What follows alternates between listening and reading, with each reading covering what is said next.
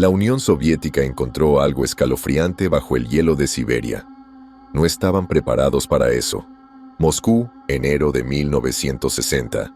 ¿Qué es esto?, le pregunté al señor Satyukov mientras extendía la mano por encima de su escritorio de teca, pulida y manchada con quemaduras de puros cubanos, para tomar la gruesa carpeta que me deslizó. Pavel Satyukov era un hombre corpulento, con una espesa cabellera oscura que enmarcaba sus entradas. Años atrás, era periodista, igual que yo ahora, antes de que el partido lo nombrara editor jefe de Pravda en 1956. Aunque tenía poco más de 50 años, Satyukov aún conservaba el porte inquisitivo de un corresponsal joven y entusiasta, un aspecto que parecía mantenerlo eternamente joven. Me indicó que me sentara frente a su escritorio, mientras su secretaria, una joven y hermosa becaria llamada Doroteya, se giraba para salir de su espaciosa y bien organizada oficina. «Señorita Ilian», dijo el señor Satyukov, con su voz de barítono que siempre me recordaba a aquel cantante estadounidense, Elvis Presley. «Un poco de té para mí y para el señor Semyanin, por favor. Y por favor, que esté caliente». «Por supuesto, señor Satyukov», sonrió Doroteya mientras cerraba la puerta tras ella, protegiéndonos del ruido de las interminables conversaciones, máquinas de escribir y llamadas telefónicas que uno esperaría provenir de la sala de prensa oficial del partido. Fuera del edificio de oficinas de Pravda, Moscú estaba cubierto por 30 centímetros de nieve, y la calefacción de nuestro edificio apenas lograba mantener la temperatura a un nivel tolerable. «Esa, mi querido Mijail», dijo el señor Satyukov, dirigiéndose a mí, «es tu próxima tarea. Revísala, muchacho. ¿Recuerdas la historia?» Una pegatina en la carpeta decía: «Incidente de la montaña Kolatsiaji, febrero de 1959». «Esto ocurrió hace poco más de un año», dije, abriendo el archivo y sacando varios artículos de periódico, fotos y documentos oficiales del gobierno que no había visto antes. Esta historia generó mucha especulación durante un tiempo. «En efecto», dijo el señor Satyukov, mirándome fijamente. Saqué unas fotografías granuladas en blanco y negro de jóvenes vestidos como si fueran de excursión a la montaña. Estaban pegadas con un clip a un artículo del 20 de febrero de 1959 que decía: «Unidades del ejército y la milicia local buscan a excursionistas desaparecidos en las laderas nevadas de Kolatsiaji». El artículo mencionaba que 9 estudiantes del Instituto Politécnico de los Urales habían formado un club de senderismo y emprendieron en enero de ese año una excursión por las laderas orientales de las montañas Kolatsiaji, a las que los nativos manasi llamaban la montaña muerta. El mayor de los 9 excursionistas era un hombre de 38 años, llamado Semyon A. Solotaryov. La menor era una mujer de 20 años, llamada Lyudmila A. Dubinina. El líder de la expedición era un estudiante de ingeniería de radio de 23 años, llamado Igor A. Diatlov. El artículo continúa diciendo que cuando llegó el 20 de febrero, y no se recibió ningún telegrama sobre el progreso del excursionista, las familias preocupadas hicieron un llamamiento a los militares y a los lugareños para que iniciaran una búsqueda en la zona, ya que una tormenta invernal se había desatado en las laderas en algún momento entre finales de enero y la primera semana de febrero. El segundo conjunto de fotos que revisé era mucho más nítido y, obviamente, tomado con una cámara de mayor calidad. Las 4 imágenes mostraban a varios hombres con uniformes oscuros inspeccionando lo que quedaba de un campamento en una colina de suave pendiente, cubierta de nieve. Los restos de una tienda de campaña relativamente grande, semienterrada en la nieve, se veían en primer plano, con solo las estacas delantera y trasera sobresaliendo. Los laterales y la solapa trasera se habían derrumbado como si los hubieran cortado, dejando solo la solapa delantera colgando de la estaca. Estas fotos estaban adjuntas a un artículo periodístico más extenso del 1 de marzo de 1959 que decía: «Buscadores encuentran un campamento dañado y abandonado». El subtítulo del artículo decía: «Se encontraron tiendas de campaña desgarradas y abiertas por dentro, y se vistan 9 huellas corriendo hacia el bosque». Este fue un caso inusual, dije, leyendo los nombres de las 9 víctimas. Las 9 víctimas fueron encontradas a cierta distancia del refugio de la tienda, con muy poca ropa, algunas ni siquiera calcetines. Se concluyó que 6 de los excursionistas, incluido Dyatlov, murieron de hipotermia extrema, pero 3 de los excursionistas, entre ellos la joven señorita Dubinia y el mayor, el señor Solotaryov, murieron de un traumatismo torácico grave y no de hipotermia. Dejé el expediente y miré al señor Satyukov. ¿Por qué estamos investigando esto de nuevo, señor? En mayo pasado, la investigación oficial concluyó con la conclusión de que los 9 murieron por causas naturales fatales. No había evidencia de otras huellas aparte de las de los 9 excursionistas y, por lo tanto, no se determinó que el pueblo Manasi hubiera cometido un delito ni que hubiera sido depredado por animales salvajes. Llamaron a la puerta cuando la señorita Ilian regresó con una bandeja de té Kuzmi especiado. Sirviendo la bebida humeante en 2 tazas de porcelana, se disculpó cortésmente, dejándonos al señor Satyukov y a mí para terminar nuestra conversación. «Tienes razón, querido Mijail», dijo Satyukov, tomando un sorbo de té caliente y sonriendo con aprobación mientras se reclinaba en su silla. Esa es la conclusión oficial de lo que ahora se conoce como el incidente del paso Dyatlov, en memoria de Igor Dyatlov. Y supongo que esa habría sido la conclusión oficial y el caso se habría cerrado, salvo por 2 detalles que no se incluyeron en el comunicado oficial. Endulcé mi té con un poco de miel y lo soplé para enfriarlo un poco antes de tomar un sorbo. La bebida caliente y picante me calentó de maravilla, quitándome el frío al instante. Arqueé las cejas mirando a mi editor jefe. ¿Se omitió algo en la conclusión oficial? Component Placement, pregunté, sin sorprenderme demasiado de que el partido omitiera otros detalles para preservar la seguridad y el orden. El señor Satyukov tomó otro sorbo de té y no dijo nada mientras me indicaba con un gesto que siguiera revisando el expediente. Había otros 2 informes en sobres separados, ambos clasificados como secretos por el Ministerio de Defensa. Miré a mi jefe con vacilación. «Adelante, Mijail», dijo el señor Satyukov. «Adelante, ábrelos». Intentando contener mi entusiasmo, abrí la primera carta, fechada el 26 de febrero. Era una copia de un simple memorando de una página, escrito por un oficial a cargo de una unidad de detección de radiación del ejército que formaba parte del equipo de búsqueda. La carta estaba dirigida a un comandante de división del ejército destacado en la zona. En resumen, indicaba que se habían encontrado bajos niveles de radiación en la ropa que vestían los excursionistas, pero ninguno en la que se encontró dentro de los restos de su tienda. Curioso, abrí el segundo sobre. Este contenía copias de 4 informes distintos, 2 de aldeanos de Manasi, uno de un cazador y otro de una unidad meteorológica militar que había estado en la cresta, varios kilómetros enfrente de la ladera donde habían acampado los excursionistas. Todos describían haber visto una especie de orbe naranja brillante descendiendo del cielo como fuego cerca del paso de Dyatlov. Mientras reflexionaba sobre las implicaciones de lo que acababa de leer, vi un pequeño sobre marrón, como los que se usan para guardar fotografías, debajo del último informe. Tomé otro sorbo de té caliente y casi lo escupí sobre el escritorio de Satyukov al sacar la fotografía del sobre. «Bien, Dios mío», dije. «Señor Satyukov, ¿qué es eso?» «Como dije», respondió mi jefe con calma.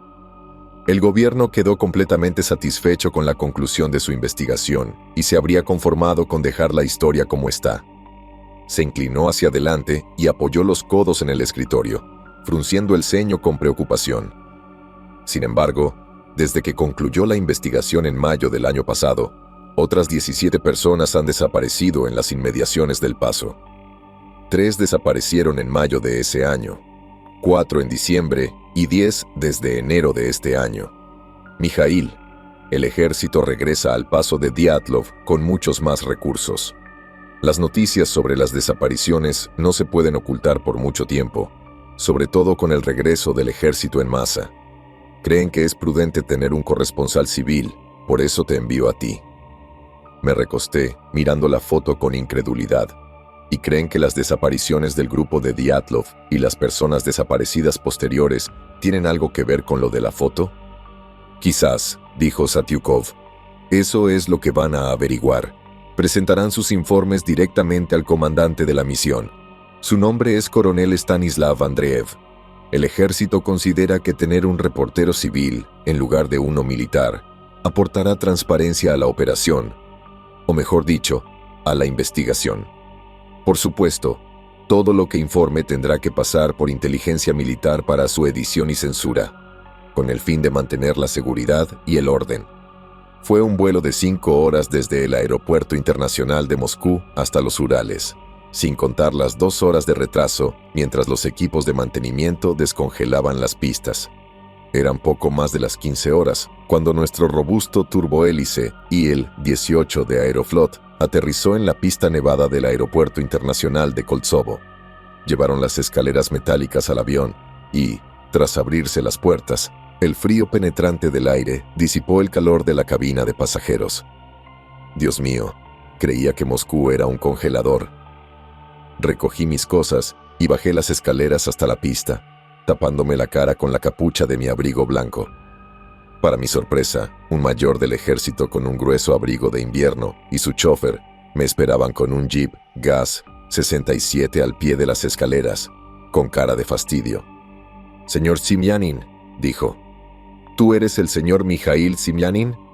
«Sí, mayor, soy yo». El nombre en el uniforme del oficial decía Rogov. «Llegas tarde», dijo con energía, agarrando mi mochila y guardándola en el maletero. Los militares me habían dicho específicamente qué podía y qué no podía llevar, que básicamente era ropa de abrigo para el viaje a los Urales, artículos de aseo, una cámara y algunas otras cosas pequeñas. Los militares dijeron que me proporcionarían todo lo necesario durante su investigación. El mayor Rogov me miró con recelo al notar que prefería llevar la cámara conmigo en lugar de tenerla guardada en la parte trasera. Era del periódico y no podía permitirme que se dañara. Hubo un retraso de 2 horas por mal tiempo en Moscú, dije. Lo siento. Ya veo, respondió Rogov, acompañándome al asiento trasero antes de subir al del copiloto. El coronel Andreev no estará contento con el retraso. Te esperaba desde hace horas. Tú y los demás eran lo último que esperaba antes de poder iniciar esta operación. ¿Y los demás?, pregunté. Ya verá, señor Semyanin, respondió Rogov. Chofer, llévenos al hangar. El viaje en jeep de 5 minutos nos llevó por todo el aeropuerto hasta un hangar solitario y destartalado al otro lado de la pista. Frente a él estaba estacionado un helicóptero de transporte militar Mi-4 pintado en tonos blanco, verde oliva claro y gris claro, con una gran estrella roja estampada en un costado.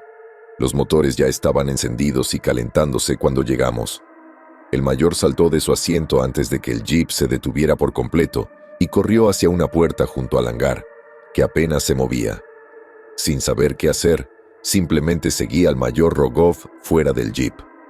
Abriendo de golpe la puerta del hangar, el mayor Rogov gritó: «Bien, muchachos. Llegó el reportero. Recojan sus cosas y suban al helicóptero rápido. El tiempo está empeorando y la ventana para volar se está cerrando. El coronel Andreev no quiere perder ni un día más». Inmediatamente, 8 jóvenes soldados comenzaron a salir del destartalado hangar, cada uno portando rifles SKS, así como un equipo de aspecto peculiar que no suelo asociar con una unidad de combate. Se trataba de una especie de unidad especializada, y el equipo y los dispositivos que subieron al helicóptero me llenaron de aprensión. Las implicaciones de lo que llevábamos me pusieron muy nervioso. ¿Para qué necesitaría el ejército tanto equipo de detección de radiación? Volviéndose hacia mí, el mayor miró mi cámara y dijo: «No tomarás ninguna fotografía hasta que tengas el permiso oficial del coronel Andreev». «Entiendo, mayor», respondí. Aunque el cielo seguía relativamente despejado, el viento arreciaba, lo que indicaba que otra nevada estaba cerca. «¿A dónde vamos?» «Yanty-Mansiysk. Está a unos 400 kilómetros al noreste de aquí». El mayor Rogov se giró para sacar mi mochila de la parte trasera del jeep y me la entregó. «Llegarás en unas 2 horas». Esperé a que los soldados cargaran todo su equipo en el helicóptero mientras los rotores empezaban a ganar velocidad y a girar más rápido. Aunque el Mi-4 tenía capacidad para 14 soldados, seguía siendo bastante estrecho con los 9 en la cabina de pasajeros, debido a todo el equipo de detección radiológica que trajeron los soldados. Gritando para hacerse oír por encima del rugido de las palas del rotor, el mayor dio instrucciones de última hora al teniente subalterno a cargo del grupo de soldados, diciéndoles que llegaría por separado esa misma noche. Yo había subido último y estaba sentado cerca de la puerta de salida, cuando el mayor Rogov se me acercó y me gritó: «Señor Semyanin, después de llegar a Khanty-Mansisk, en cuanto pueda, ve a ver al sargento Galkin. Es el sargento de suministros y armero de la unidad. Él tendrá la ropa de invierno adicional y otros suministros que necesitarás para completar tu misión». «De acuerdo», grité al capitán desde mi asiento en el helicóptero. «Sargento Galkin, gracias». «Una cosa más», gritó Rogov mientras el helicóptero aceleraba para despegar. «Pregúntale al sargento Galkin si puedes firmar por una pistola, por si acaso». El largo vuelo en helicóptero a través de los cielos desolados y fríos fue razonablemente cómodo.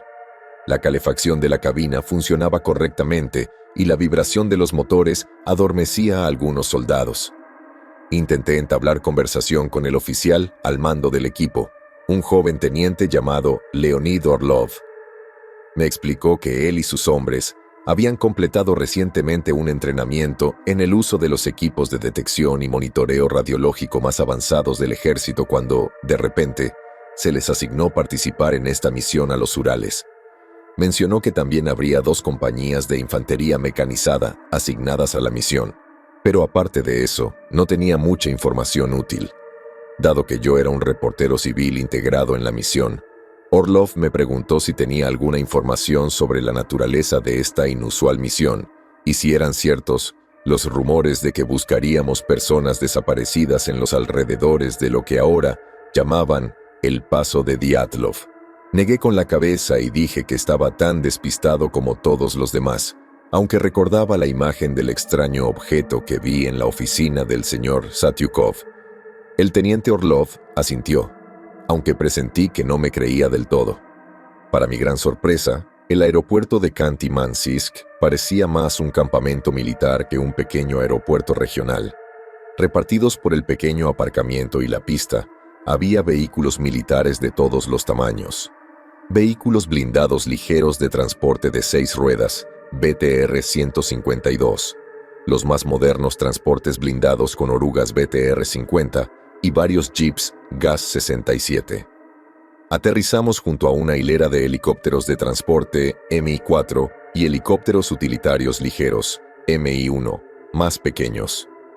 El teniente Orlov ordenó inmediatamente a sus hombres que aseguraran sus armas y equipos y descendieran del helicóptero. Aunque eran más de las 17 horas, el cielo estaba notablemente más despejado a mayor altitud, aunque seguía haciendo bastante frío. Otro capitán, con un abrigo de invierno de lana color canela y una gruesa gorra ushanka de lana, esperaba a que aterrizara nuestro helicóptero. Instruyó a los hombres de Orlov que aseguraran sus equipos y se dirigieran a una de las 12 tiendas de campaña erigidas junto a la modesta terminal del aeropuerto. Dirigiéndose a mí y al teniente Orlov, el capitán se presentó.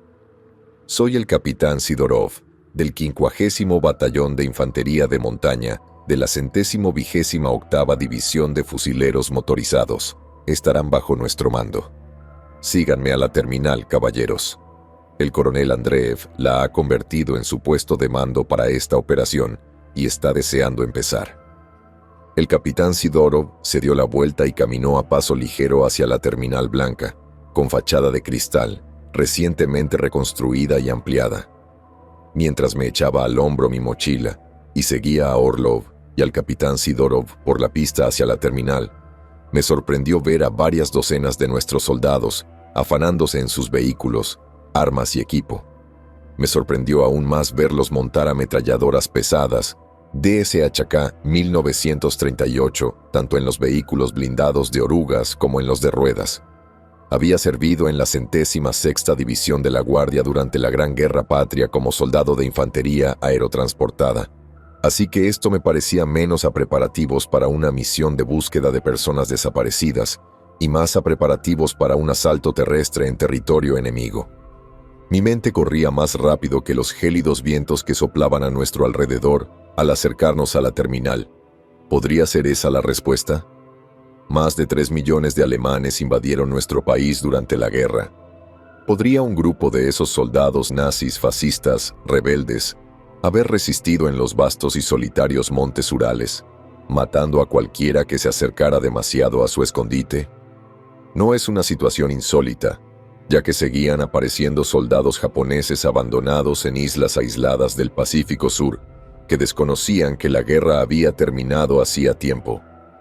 Esa tenía que ser la respuesta, pero entonces, ¿para qué la necesidad de equipo radiológico? Peor aún, ¿podrían estar involucrados los estadounidenses? ¿Podrían haber usado algún tipo de arma contra nosotros, una que dejara residuos radiactivos? Una cálida ráfaga de aire nos dio la bienvenida al entrar al edificio. La terminal ampliada estaba vacía de pasajeros civiles. El gobierno cerró el aeropuerto a todos los viajes cuando comenzó esta investigación, dijo el capitán Sidorov, acelerando el paso mientras subía la escalera principal hacia el segundo piso. No se permiten vuelos civiles dentro ni fuera del área en un radio de 1.500 kilómetros, y solo se permiten vuelos militares autorizados dentro de esa zona de exclusión. Se volvió hacia mí y dijo: «Señor Semyanin, no estoy seguro de si ya se lo han dicho, pero toda la correspondencia que escriba y las fotografías que tome deben pasar personalmente por el coronel antes de que puedan enviarse a su editor». «Entiendo, capitán», dije al llegar al segundo piso. A diferencia de la planta baja, el segundo piso estaba inundado de actividad militar. Las habitaciones se alineaban en el amplio rellano circular que daba a la planta baja. Cada una parecía asignada a una función específica. Mientras el capitán Sidorov nos guiaba por el rellano, vi una gran sala llena de especialistas en comunicaciones, otra con especialistas en mapas y meteorología, operadores de radar, especialistas en operaciones de misiles tierra-aire y un sinfín de otros elementos militares especializados que, al parecer, eran necesarios para esta supuesta investigación. Sidorov se detuvo frente a una puerta de madera y llamó 3 veces antes de girar el pomo. La puerta se abrió a una habitación sorprendentemente pequeña que parecía haber sido convertida en oficina. Un oficial de rostro adusto, con el pelo blanco rapado y unos ojos azules fríos e impasibles, que parecían criticar todo lo que veía, nos miró desde detrás de un escritorio de metal. «Coronel Andreev», saludó el capitán Sidorov. «Han llegado los últimos elementos». «Gracias, Sidorov», dijo el coronel, levantándose bruscamente, con su silla chirriando al caer al suelo. «Reúnase con sus hombres. Mañana saldrán temprano y quiero que todo el equipo y los vehículos estén preparados y listos para partir a más tardar a las 6 de la mañana». Sidorov volvió a saludar antes de darse la vuelta para marcharse. El coronel Andreev era un hombre corpulento de hombros anchos. En lugar de llevar el uniforme formal de oficial, con las hileras de medallas que sin duda había ganado, Andreev llevaba un uniforme de combate, igual que sus hombres. Sabía que no era un oficial de plaza de armas. Andreev era pura formalidad. Se inclinó hacia adelante, apoyó las manos sobre la mesa y nos miró fijamente al teniente Orlov y a mí. «Llegan tarde, caballeros. Los esperaba hace horas». «Disculpe, señor», balbuceó el teniente Orlov, poniéndose firme y saludando. «El tiempo». «Teniente Orlov». La voz grave y amenazante del coronel Andreev silenció rápidamente al joven teniente. «¿Cuántos años tiene?» 23, señor», tragó saliva el pobre teniente Orlov. 23, respondió el coronel Andreev. «Demasiado joven para haber participado en la Gran Guerra Patria. A los 21 años era teniente, igual que usted, y comandaba una batería de lanzacohetes Katyusha. En aquellos días oscuros, no podíamos permitirnos el lujo de culpar al mal tiempo. No cuando nuestros soldados de infantería nos necesitaban para continuar la lucha contra los fascistas. ¿Entiende, teniente?» «Coronel», dije al ver que el joven teniente Orlov parecía encogerse. El teniente Orlov y sus hombres llegaron tarde porque me estaban esperando. Lo sé, dijo Andreev, alzándome la mano y mirando fijamente a Orlov. Teniente Orlov, ¿su equipo está operativo? ¿Está preparado para el invierno? Sí, señor, respondió el teniente Orlov. ¿Y el señor Semyanin habló contigo de algún aspecto de la investigación durante el viaje? Andreev me ignoró, manteniendo la mirada fija en el joven teniente. ¿Qué, señor?, preguntó Orlov, mirándome brevemente con nerviosismo antes de volver su atención al coronel. No, señor. Ajá, dijo Andreev, mirándome con expresión de duda. De acuerdo, teniente Orlov. La mitad de sus hombres se asignarán a la compañía de infantería del capitán Sidorov. La otra mitad irá con los hombres del capitán Kravtsov. Sin embargo, sus hombres estarán bajo el mando del mayor Rogov, mi oficial ejecutivo. Informarán de inmediato al mayor Rogov, y solo al mayor Rogov, si detectan cualquier aumento inusual de radiación durante la operación. ¿Entendido, teniente? Sí, señor, respondió el teniente Orlov, recuperando poco a poco la confianza en su voz. ¿Puedo saber qué buscamos? No, respondió Andreev. Usted y sus hombres cumplirán con sus deberes. Nada más, nada menos, y sin excusas para el fracaso. A las 5 de la mañana, usted y sus hombres se presentarán ante el mayor Rogov para recibir sus órdenes. Su sargento mayor liderará un equipo y usted el otro. Puede retirarse, teniente. Orlov saludó rápidamente antes de marcharse, agradecido de que la dura experiencia de conocer al comandante de la misión hubiera terminado. Me dirigió una mirada comprensiva antes de salir de la habitación. «Sigue siendo un viejo gruñón. ¿Lo sabes, Stanislav?», dije, después de que el teniente Orlov cerrara la puerta. «¿Siempre insistes en hacer que los oficiales subalternos se caguen encima?». Andreev rió entre dientes sin alegría, mientras se acercaba y se sentaba en la esquina del escritorio. Los chicos de hoy en día siempre hacen preguntas en lugar de simplemente seguir órdenes. Nunca habríamos vencido a los fascistas con oficiales así. Sacó un cigarrillo y lo encendió, antes de ofrecerme uno. «¿Cómo está tu madre, Mikhail?», Zrenia me preguntó mi primo mayor. «¿Cómo está la tía Milian?». «Está bien», respondí aceptando el humo. «Bien, me alegra saberlo», dijo Andreev sonriendo, respirando hondo mientras observaba un mapa militar de los alrededores en la pared. Había círculos dibujados que indicaban los lugares aproximados de las últimas desapariciones y las zonas con mayor radiación. Normalmente, preferiría tener a uno de nuestros reporteros militares con nosotros en lugar de uno civil, pero el Kremlin consideró prudente tener a un civil con nosotros por motivos de credibilidad, una vez que concluyamos esta investigación y hagamos públicos los resultados. El coronel, Andreev, Stanislav y yo crecimos juntos. Él era mi primo, 3 años mayor que yo. Siempre había sido el más fuerte y seguro de sí mismo, mientras que yo tendía a ser más tímido y reservado. Siempre lo admiré por su personalidad valiente y audaz, sobre todo cuando acampábamos en los montes Kurgan. Yo tenía 10 años y Stanislav 13 cuando subimos las faldas del Kurgan, a las afueras de nuestro pueblo, cerca de Moscú.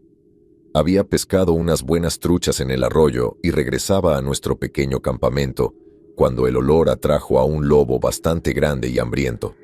Sin pensar en dejar caer mi caña y mi presa, corrí con ellos por el sendero, gritándole a Stanislav que viniera a ayudarme. El lobo estaba casi encima de mí cuando Stanislav apareció de repente a mi lado, golpeándolo con una rama robusta que había prendido fuego con nuestra hoguera.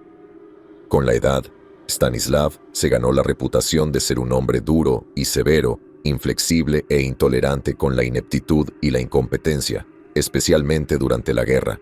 Pero para mí, siempre ha sido el hermano mayor que nunca tuve, capaz de salvarme de los lobos.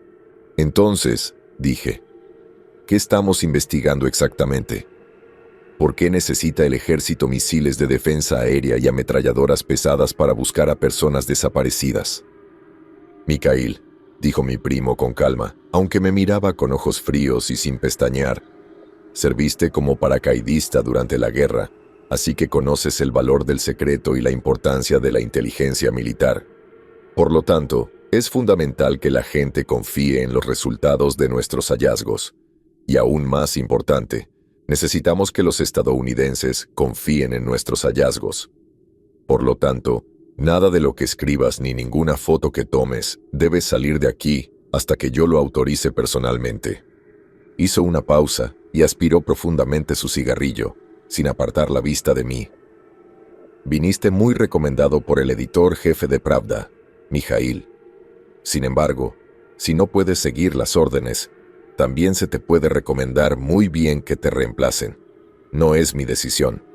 Son simplemente mis órdenes. Metí la mano en el bolsillo de mi chaqueta, saqué una foto de un sobre pequeño y la puse sobre el escritorio, frente al coronel. Stanislav, dije, ¿es esto lo que buscamos? Stanislav tomó la fotografía y contempló la imagen del objeto brillante que parecía descender de un cielo nublado. El objeto parecía metálico y emitía una llama naranja brillante. «Sé que te dieron esta foto, primo», dijo el coronel Andreev, quitándose el cigarrillo de la boca. Dejó la foto sobre el escritorio, abrió un cajón y sacó un sobre grande. «Mira esta foto». La imagen era la misma que tenía del misterioso objeto, solo que ampliada con más detalle. Me llevé la mano a la boca, dándole vueltas a las implicaciones de lo que veía. «Como pueden ver», dijo Andreev, «ampliamos la imagen para que apenas se vea la esvástica del lateral. Así que esto es una misión de búsqueda», pensé. Pero no buscamos excursionistas ni campistas desaparecidos. Dejé mi maleta de viaje en el estrecho catre de mi habitación. Le dije a Andreev que me quedaría con gusto con los soldados rasos en una de las tiendas de campaña del exterior, pero el coronel, mi primo mayor, insistió en que me quedara en una de las pequeñas habitaciones de la terminal, que, para ser sincero, parecía no ser más que un amplio armario de conserje sin ventanas, donde solo cabían un catre militar, una pequeña mesa plegable y espacio en el suelo para dejar mi maleta. No era difícil suponer que me mantuvo dentro de la terminal, porque quería vigilarme de cerca, ya que tenía control total sobre las noticias que salían de la base. Era comprensible que el coronel no quisiera que se supiera la verdadera naturaleza de esta misión ni lo que buscábamos. Además, era especialmente importante que los estadounidenses ignoraran por completo lo que estaba sucediendo allí. Tras indicarme dónde encontrar al sargento Galkin, Andreev me despidió bruscamente, indicándome que me vistiera y estuviera listo para partir por la mañana. Me presentaría ante el oficial de inteligencia, el mayor Rogov, a quien había conocido en el aeropuerto de Koltsovo. Había una pequeña mesa de madera en la habitación, donde dejé mi cámara y mi máquina de escribir antes de salir de nuevo, para buscar el punto de recogida de equipaje de la terminal, que el ejército había convertido en el área de abastecimiento de la unidad. El sargento Galkin era un sargento de suministros corpulento, barbudo y de edad avanzada, veterano de la Gran Guerra Patria como yo, y esperaba su momento para jubilarse. Dando órdenes a gritos a sus dos ayudantes de suministros, Galkin me entregó 2 uniformes militares blancos para el frío y un abrigo grande.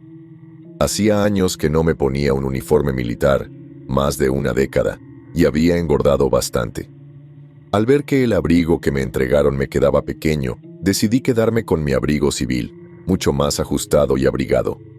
El sargento Galkin también me dio un juego de guantes de invierno y una manta, además de algunos blocs de notas, bolígrafos, flashes y rollos de película adicionales para mi cámara. El coronel Andreev me pidió que le proporcionara todo lo necesario para documentar esta misión, dijo el sargento Galkin. ¿Necesita algo más, señor Semyanin? ¿Hay alguna razón por la que el mayor Rogov sugeriría que me dieran una pistola?, pregunté. El sargento Galkin se rascó la barba. No se me ocurre ninguna razón. Esto es solo una misión de búsqueda de civiles perdidos. Pero si el mayor Rogov sugirió que llevara una pistola, sería mejor que la llevara. Girándose, el sargento Galkin gritó: «Maldita sea, soldado. Muchacho, levántate y dale una Makarov al señor Semyanin». La cena consistió en raciones militares de campaña preenvasadas, distribuidas por el sargento Galkin y sus ayudantes en el área de suministros reconvertida, junto con un cucharón lleno de sopa de patata y un trozo de pan recién horneado. Los soldados de infantería regular llevaron sus bandejas al exterior para comer en sus tiendas.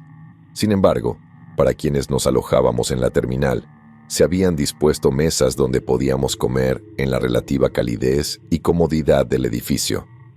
El coronel Andreev y sus comandantes de compañía de infantería, los capitanes Sidorov y Kravtsov, así como el oficial ejecutivo, el mayor Rogov, estaban sentados en una mesa grande, todos comiendo las mismas raciones de campaña que los soldados regulares y aparentemente discutiendo los últimos detalles de la próxima misión. Durante la cena, descubrí que no era el único civil que se había unido a esta misión. Había otros dos. Un hombre mayor con gafas, barba gris oscura y blanca, y un abrigo marrón desgastado pero de aspecto cálido. Estaba sentado en una pequeña mesa redonda con una joven de piel pálida y cabello castaño claro recogido en un moño apretado. Vestía pantalones caqui y una chaqueta caqui ajustada a juego, con un pañuelo blanco suelto alrededor del cuello. Al acercarme a la mesa, oí al caballero mayor contarle a la joven historias de la guerra. «¡Ah! ¡Alina!», dijo, agitando la mano alrededor de la cabeza. «La batalla de Kursk no fue tan mala como todos dicen. Fue mucho peor. Te conté de aquella vez que...» «Disculpe», dije mientras me acercaba a la mesa con la bandeja en la mano. «Disculpe la interrupción. ¿Le importaría si me uno a cenar?». La joven, a quien el caballero mayor se refería como Alina, me miró y me sonrió ampliamente. Era mucho más atractiva de cerca que de lejos. «Claro que sí, señor. Profesor, ¿le importaría?». El anciano me miró, algo perturbado por haber interrumpido su relato sin querer. «¿Qué? ¿Por qué? No, claro que no. Por favor, acompáñenos». Corrió su silla mientras yo dejaba mi bandeja. Apenas había espacio en la mesa para las 3 bandejas. «Me llamo Yevgeny Golubev. Soy profesor de historia en la Universidad de San Petersburgo, especializado en la Gran Guerra Patria, y esta encantadora joven es mi asistente, la señorita Alina Ivanov, becaria especializada en ocultismo nazi». «Gracias», les devolví la sonrisa. «Me sentiría bastante incómodo comiendo con nuestros jóvenes militares. Me llamo Semyanin. Mijail Semyanin. Soy corresponsal de Pravda». «Ah, sí», dijo el profesor Golubev. «Conozco sus artículos, señor Semyanin. Tiene una forma especial de hacer llegar los hechos a la gente sin adularse demasiado a la narrativa del partido. Debo admitir que me sorprendió bastante que los militares permitieran a un periodista civil participar en esta misión». «En efecto, profesor», asentí. «Normalmente los militares tendrían sus propios corresponsales en operaciones como esta. Pero tengo curiosidad. ¿Por qué necesitan un profesor de historia y un...?» Miré a Alina con aún más desconcierto. «Un especialista en ocultismo nazi para esta misión». «A decir verdad, señor Semyanin», dijo Alina, mirándome con sus brillantes ojos azules y sonriendo con sus labios finos, alegres y totalmente besables. «Ay, si no fuera tan mayor como para ser su padre». El profesor Golubev y yo nos preguntábamos lo mismo. Los militares nos habían pedido a ambos que participáramos en esta misión de búsqueda de personas desaparecidas, pero, siendo sincera, no sé qué haríamos. El profesor Golubev incluso se lo pidió al coronel Andreev. «¿En serio?», miré al profesor. «Sí, en efecto», dijo Golubev. Le pregunté al coronel por qué nos necesitaban los militares y también qué buscábamos exactamente. «¿Y qué dijo el coronel Andreev?». «Dijo que sabríamos por qué estábamos aquí una vez que encontráramos lo que buscábamos», dijo el profesor. «Ni siquiera los soldados parecen tener curiosidad por saber por qué están aquí con tantos recursos militares y armas. Simplemente creen que buscan a personas desaparecidas». «Curioso», dije. «¿Y usted, señor Semyanin?», preguntó Alina. «¿Podría tener alguna idea de lo que realmente buscamos?». Yo podría. No podía decirle que no a sus hermosos y cautivadores ojos. Aunque sabía que no debía revelar nada sobre la verdadera naturaleza de esta misión, le conté al profesor Golubev y a Alina todo lo que sabía hasta el momento sobre el incidente del paso Dyatlov, el extraño orbe brillante de color naranja visto en el cielo, y la fotografía que se tomó la noche en que perecieron los excursionistas, la que parecía mostrar que el orbe brillante era algún tipo de nave metálica y el símbolo nazi estampado en su costado. Dijo el profesor, asintiendo en silencio cuando terminé de contarles lo que sabía. Se dio cuenta de que el coronel Andreev había terminado su reunión y ahora cruzaba la sala hacia nuestra mesa. «Alina», dijo el profesor, «¿podrías ser tan amable de refrescarme el té? Me temo que se había enfriado bastante». «Claro», dijo Alina con una sonrisa, levantándose de un salto y tomando la taza del profesor. «Señor Semyanin, ¿quiere más té?» No, gracias», respondí. «De acuerdo», respondió ella, sonriendo dulcemente al pasar junto al coronel Andreev. «Buenas noches, señor». El coronel Andreev asintió en respuesta, produciendo lo que solo pude suponer que era una sonrisa, por la habitual expresión agria y hosca en su rostro. «Me alegra que hayan tenido la oportunidad de conocerse», dijo Andreev. «¿Les importaría que me sentara?» Swingió, preguntó, mientras acercaba la silla donde Alina había estado sentada. «Por favor, acompáñenos, coronel», dijo el profesor Golubev. «Estábamos discutiendo la misión esta mañana y pensando qué deberíamos empacar y qué debemos dejar». «Ya veo», respondió el coronel Andreev, mirándome con recelo. «Bueno, no se preocupen. Ha habido un pequeño cambio de planes para ustedes tres esta mañana». Arqueé una ceja con curiosidad. «¿De verdad, señor?» «Sí, Mijail», dijo Andreev, ofreciéndonos un cigarrillo antes de tomar uno él mismo. «He decidido que se queden todos aquí en la terminal mientras las dos compañías de infantería realizan sus búsquedas en las laderas de las montañas Kholat-Syakhi y el paso de Dyatlov. No tiene sentido que ustedes tres caminen penosamente por la nieve y el hielo con el resto de los muchachos durante los días que dure esta búsqueda». «Pero, señor», protesté, «creí que mi misión era tomar fotos y documentar la misión». «Así es», asintió Andreev. «No se preocupe, si mis hombres encuentran algo, importante, usted y el profesor Golubev serán trasladados en avión de inmediato». «Profesor, le oí mencionar que Alina hablaba y entendía alemán». «Pues sí», asintió el profesor. «Tuvo que aprender el idioma para poder leer y comprender los manuscritos que les quitamos a los fascistas durante la guerra». «¿Por qué? ¿Serán necesarias esas habilidades durante esta misión?» Mi primo, el coronel Andreev, me miró. «Ojalá», dijo. El sol aún no había salido cuando me desperté por la mañana, aunque no me habría ayudado a combatir el frío. Salí de mi catre, recordando que la última vez que había dormido en uno fue durante mi juventud en el ejército, solo que esta vez me dolían la espalda y el trasero. Me puse la ropa de abrigo militar, salí del pequeño armario de conserje y seguí a una fila de jóvenes soldados hasta la zona de suministros, donde se servía el desayuno. La terminal ya bullía de actividad mientras los soldados se preparaban su equipo, encendiendo generadores, calentando motores de vehículos y descongelando las palas de los rotores de los helicópteros para continuar con su misión. Me senté con el profesor Golubev y Alina en la misma mesa que durante la cena, con mi bandeja de huevos, salchicha grasosa, un trozo de pan y té caliente. No era mucho, pero estaba caliente y era mucho más preferible a las raciones de campaña. Sin nada que hacer por ahora, todos nos sentamos a observar cómo los sargentos gritaban órdenes, los soldados formaban en formación y los primeros vehículos de reconocimiento salían del perímetro del aeropuerto. Un poco egoístamente, agradecí no salir con ellos, pues, aunque el cielo estaba despejado y sin nubes, afuera todavía hacía un frío glacial. El patrón de búsqueda del coronel Andreev era bastante sencillo.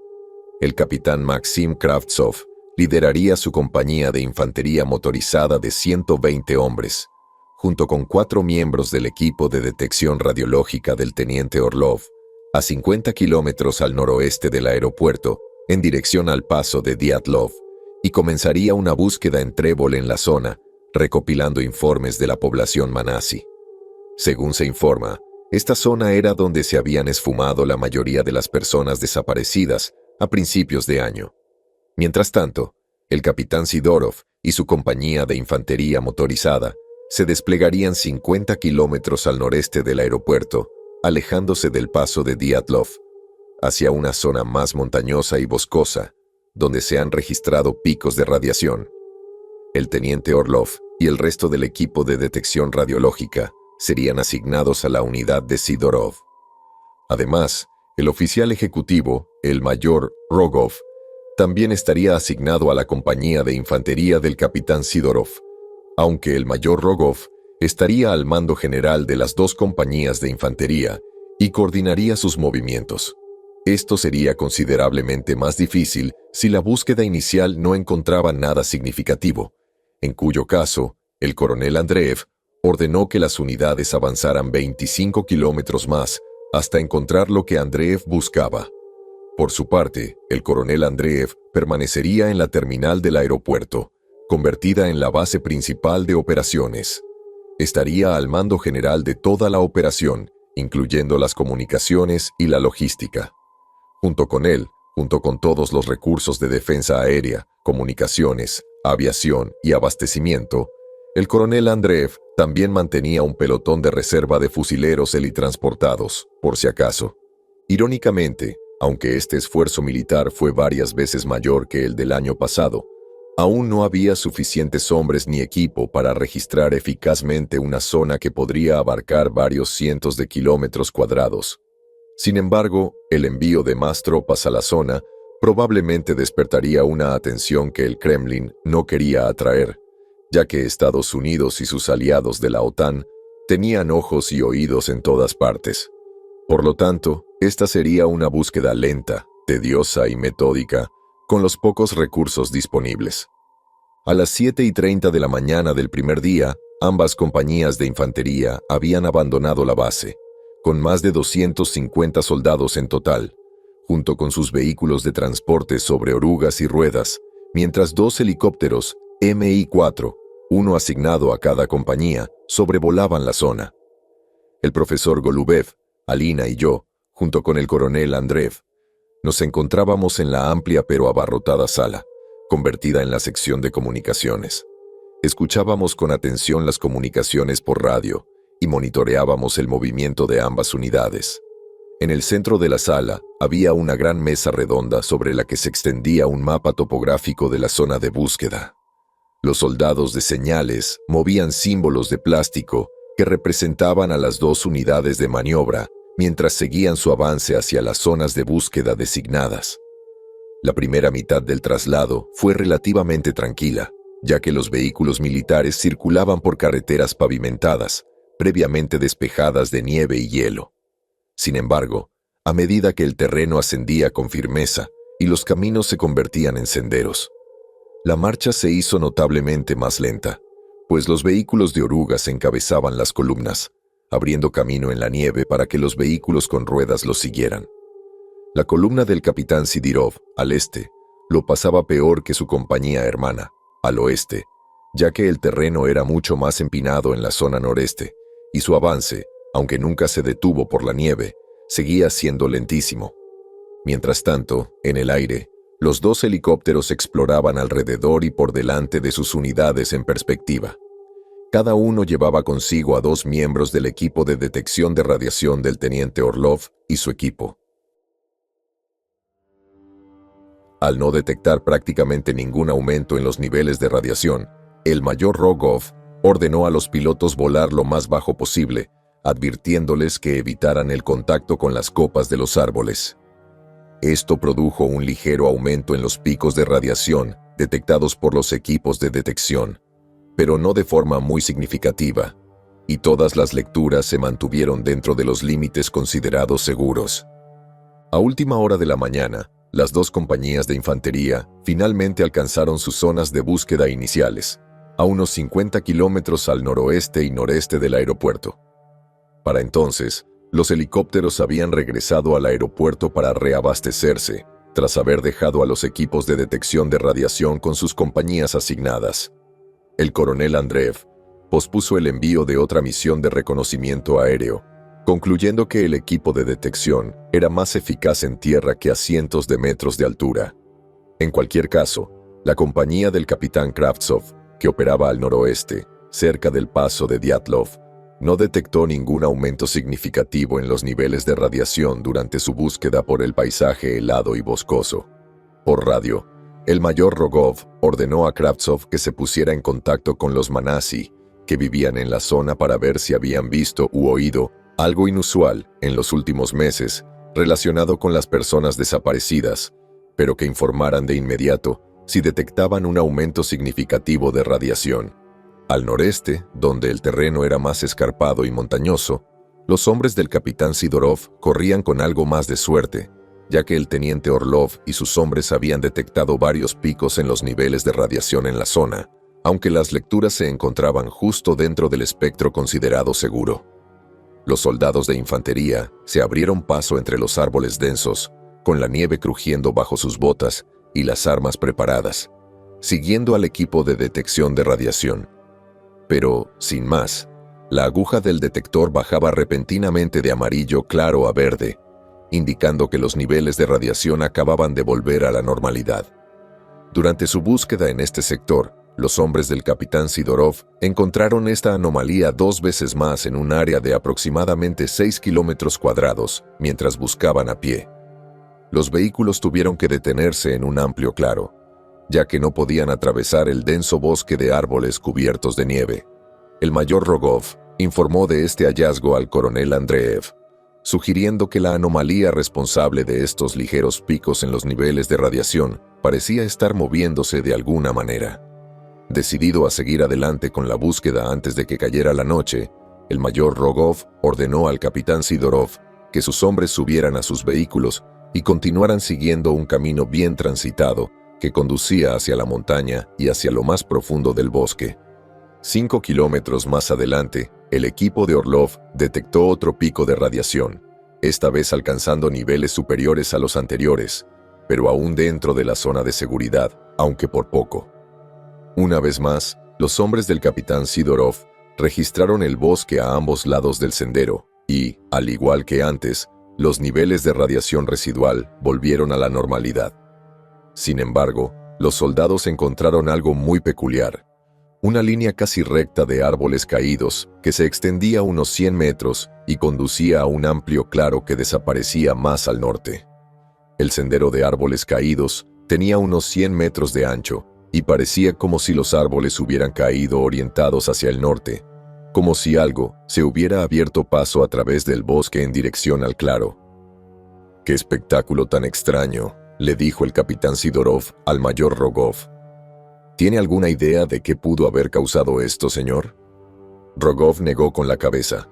«¿Avalancha? ¿Inundación repentina, quizás? En cualquier caso, esto ocurrió hace relativamente poco. Diría que no más de 2 meses. 3 como mucho, a juzgar por la vegetación que ha brotado entre los árboles caídos». «Estoy de acuerdo, señor», respondió Sidorov. «Pero lo que me preocupa es que el pico de radiación se sitúa justo en el punto medio de esa trayectoria». 1 hora antes del anochecer, el coronel Andreev comunicó por radio al mayor Rogov para ordenar un alto al fuego. El cielo estaba despejado, no había nevado, y afortunadamente, los meteorólogos informaron que el tiempo para la noche se mantendría igual.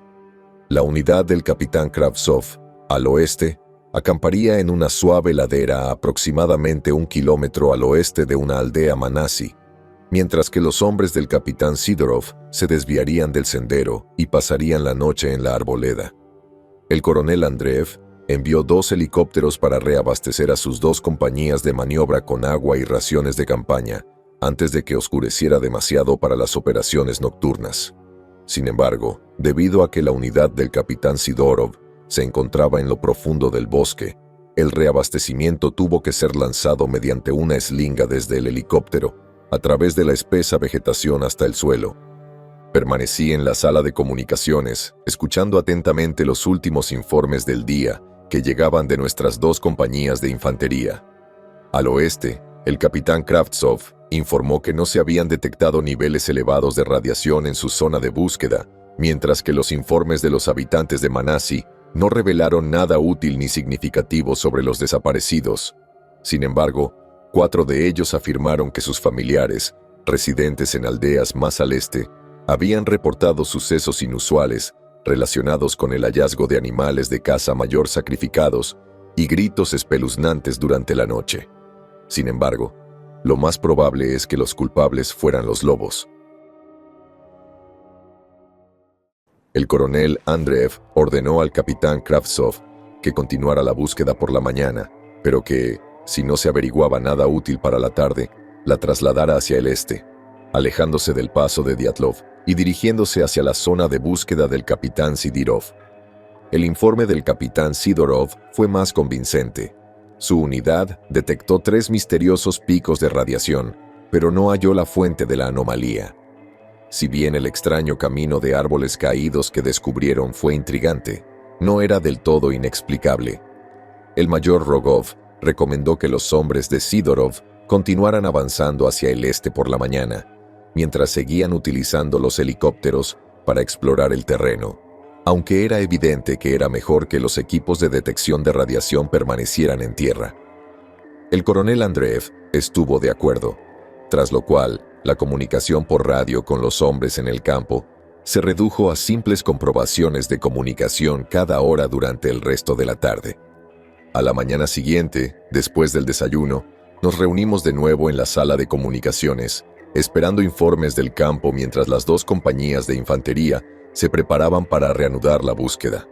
Hubo un informe inusual, que llegó alrededor de la 1 de la madrugada, cuando un centinela en la posición del capitán Kravtsov informó de unos chirridos espeluznantes que parecían provenir de las colinas boscosas, varios kilómetros al este, al otro lado de un valle poco profundo. Los extraños ruidos eran tenues, y el oficial de comunicaciones a cargo del turno de noche los descartó, considerándolo simplemente el eco aullante del viento que se extendía por el aire nocturno. A última hora de la mañana, la búsqueda del capitán Kravtsov hacia el oeste no dio resultados, sin picos inusuales de radiación, y los informes de los pocos Manasi con los que se encontraron no revelaron nada significativo. A las 11 horas, el mayor Rogov comunicó por radio a Kravtsov, instruyéndole que se dirigiera al este y continuara la búsqueda. Al final del día, los informes que recibíamos desde el campo fueron más productivos y mucho más siniestros que el día anterior. Al final del día, los hombres del capitán Kravtsov finalmente detectaron un ligero pico de radiación y, como los vehículos aún estaban atados a caminos y senderos, enviaron un pelotón de soldados al bosque para encontrar la fuente de la radiación. Al cabo de un rato, encontraron una pequeña granja Manasi oculta bajo el dosel del bosque. Estaba completamente destruida, el corral improvisado derribado y los cadáveres desgarrados y destripados de 3 renos estaban esparcidos, medio enterrados en la nieve teñida de rosa. Kravtsov informaría más tarde que el extraño suceso ocurrido en esta pequeña granja probablemente había ocurrido 1 o 2 meses antes. No había rastro de los habitantes de la pequeña cabaña de madera, y cualquier rastro de huellas había sido cubierto hacía tiempo por las recientes nevadas. Los soldados descubrieron un amplio sendero de madera caída, similar al descubierto por los hombres de Sidorov el día anterior, que se dirigía hacia el noreste desde la granja. El helicóptero de reconocimiento siguió el rastro de árboles caídos durante aproximadamente 6 kilómetros, antes de desaparecer en una zona boscosa más densa, al pie de una línea de empinadas colinas cubiertas de nieve. Tras acampar en ese lugar, el capitán Kravtsov duplicó la guardia nocturna, con la intención de investigar el rastro al amanecer. Más al este, la unidad del capitán Sidorov detectó varios picos de radiación más. Uno de ellos incluso superó lo considerado seguro, pero todos volvieron a la normalidad tras ser seguidos durante varios cientos de metros. El helicóptero explorador había descubierto algo inusual en un valle a 3 kilómetros al sur de Sidorov y se dispusieron a investigar. Allí, en un amplio claro al pie del valle, descubrieron los cadáveres de más de una docena de renos desgarrados. Lo que les hubiera pasado a los animales había ocurrido hacía relativamente poco tiempo, quizá no más de 1 o 2 semanas, ya que la nevada aún mostraba tenues rastros de huellas, como si los renos hubieran sido perseguidos fuera del bosque. Además, extraños agujeros en el suelo, como si gigantescas lanzas hubieran atravesado la nieve y la tierra, parecían rodear a los animales muertos. Estas extrañas huellas en la nieve siguieron a los renos fuera del bosque y los alcanzaron antes de desaparecer de nuevo tras otro rastro de árboles caídos. Los cadáveres de los animales muertos parecían no haber sufrido ningún tipo de depredación por carroñeros tras su sacrificio, ya que el teniente Orlov informó que allí los niveles de radiación eran máximos. Como el sol comenzaba a ponerse, el capitán Sidorov retiró a su unidad de la zona irradiada, con la intención de seguir el rastro al amanecer, poniendo así fin a la búsqueda del segundo día. La emoción crecía en la terminal, a medida que se extendía la sensación de que pronto encontraríamos lo que el coronel Andreev buscaba. A esto se sumaba, a partes iguales, un profundo temor de encontrar lo que el coronel Andreev buscaba. A pesar de las advertencias del coronel Andreev contra la difusión de rumores infundados, entre el personal militar estacionado en la terminal del aeropuerto, corría la especulación, casi generalizada y tácita, de que las dos compañías de infantería buscaban algo más que los cuerpos desaparecidos durante el último año. Incluso se rumoreaba que lo que realmente buscaban era un demonio que chillaba en la oscuridad del bosque después de la medianoche. Esa noche, el profesor Golubev, Alina y yo nos encontramos sentados de nuevo en nuestra mesa habitual, sintiéndonos totalmente inútiles, pues no habíamos hecho nada en los últimos días, salvo escuchar los informes de las unidades. Y aunque había mucha menos gente en la terminal, ya que la mayoría de los soldados estaban en la nieve, seguíamos hablando en voz baja, pero con entusiasmo, sobre lo que creíamos que estaba ocurriendo en el campo. El coronel Andreev estaba en la otra mesa, más grande, al otro lado de la sala, con su oficial de comunicaciones, el meteorólogo especialista, los pilotos de helicóptero y sus jefes de mantenimiento y suministros, sin duda discutiendo las operaciones de la mañana siguiente. Al concluir la reunión, el coronel Andreev despidió a sus hombres antes de regresar a la sala de comunicaciones. «Disculpe, coronel», dijo Alina, con la voz resonando como una canción. «¿Le gustaría cenar con nosotros? Con gusto le traeré un café recién hecho». El coronel Andreev se detuvo y miró a nuestra encantadora joven interna. Intenté contener la risa mientras Andreev intentaba sonreír. Su rostro simplemente no funcionaba así, y su sonrisa parecía más bien una mueca. «Gracias, señorita Ivanov, pero debo regresar a la sala de comunicaciones. Quizás cuando termine esta operación». «Bueno», continuó Alina, «¿te traigo una bandeja de comida? He visto que apenas has comido desde anoche». El profesor Golubev la miró con recelo, como si pensara, «¿Qué tramas, niña?» «Es muy amable de su parte ofrecerse», respondió Andreev. «Quizás más tarde le pida a un mensajero que me traiga un sándwich y café. Por ahora, se está haciendo bastante tarde para ustedes, y las compañías partirán al amanecer. Deberían descansar un poco. Espero que estén en la sala de comunicaciones a primera hora de la mañana». «Una cosa más, coronel», insistió Alina mientras el coronel Andreev se giraba para marcharse. Para mi sorpresa, Andreev se giró de nuevo y sonrió, aunque intentaba disimular su expresión de inquietud. «Sí, señorita Ivanov. ¿Hay algo más que pueda hacer por usted?» «Coronel», empezó, «¿qué buscamos exactamente? ¿Por qué estamos aquí el profesor y yo?» Para mi mayor sorpresa, Andreev soltó una carcajada mientras miraba a su alrededor, como para ver si alguien estaba lo suficientemente cerca como para oírlo. «Creía que el señor Semyanin ya te lo había dicho». Me miró con severidad. «Mi primo menor nunca fue bueno guardando secretos, ¿verdad, Mikhail?» Dirigiéndose al profesor y a Alina, con la expresión severa en todo su rostro, Andreev dijo, «Espero que ustedes dos lo hagan mejor. Créanme, cuando encontremos lo que busco, ustedes y el profesor Golubev serán los primeros en saberlo. Buenas noches», dijo mientras se daba la vuelta y se marchaba. «Bueno, es un psicópata», dijo el profesor Golubev cuando el coronel Andreev estaba lo suficientemente lejos como para no oírlo.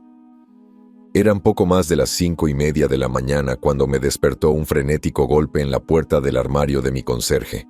Me incorporé enseguida, oyendo el alboroto que venía del exterior. Me puse unos pantalones y abrí la puerta para ver a Alina y al profesor Golubev afuera. vestidos con la ropa de invierno que les había proporcionado el ejército. Detrás de ellos, soldados con aspecto soñoliento se apresuraban a sus puestos de servicio. Antes de que pudiera decir nada, Alina dijo emocionada: «Póngase su ropa de invierno, señor Semyanin».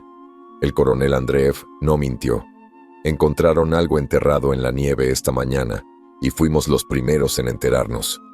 Su primo nos dijo que fuéramos a buscarlo y que trajera su cámara. Despertado de golpe por la noticia, me puse mi equipo militar para el frío, mi chaqueta de invierno civil con rollos de película extra y flashes en los bolsillos, y en 15 minutos los tres estábamos de pie en la pista, bajo el frío del amanecer, con un helicóptero ligero utilitario Mi-1 calentando motores detrás de nosotros. El coronel Andreev también estaba allí, pero no había otros soldados con él. «De acuerdo», anunció por encima del gélido viento que soplaba sobre la pista. «Ahora que estamos solos, puedo contarles lo que pasó.